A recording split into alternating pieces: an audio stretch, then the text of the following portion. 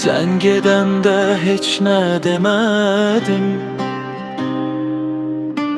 boğazımda qaldı sözlərim.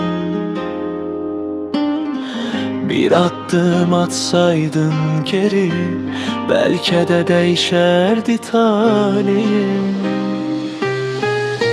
Gözlərim yalvardı, dilim sustu.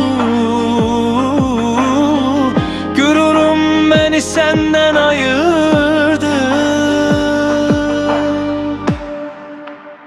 Danışabilmedim, qal demedim, ürəyim parçalandı, bilmedim. Ben seni itirdim, sükutla en ağır ayrılık sessiz olan. Danışabilmedim, qal demedim, içimden ümidim var idi. Ben seni itirdim, susarak öz elimle kırdım sevgimi.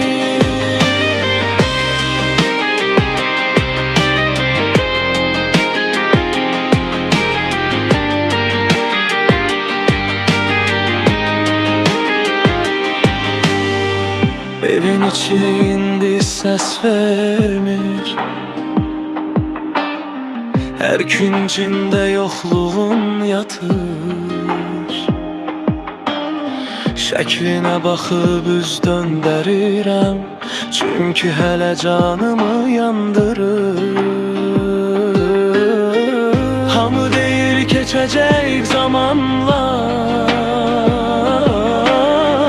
bu acı zamanın özüdür axı.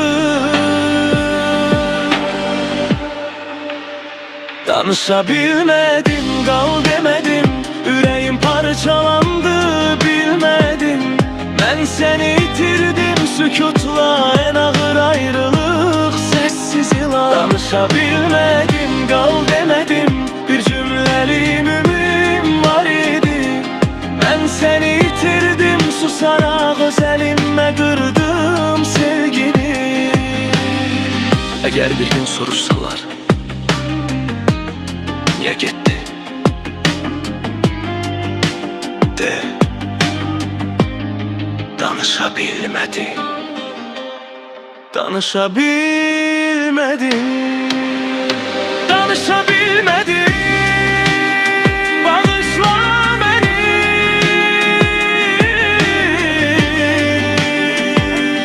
gururum boğdu sevgimi. Sen gittin, kan daldım içimde. Bir ömürlük peşman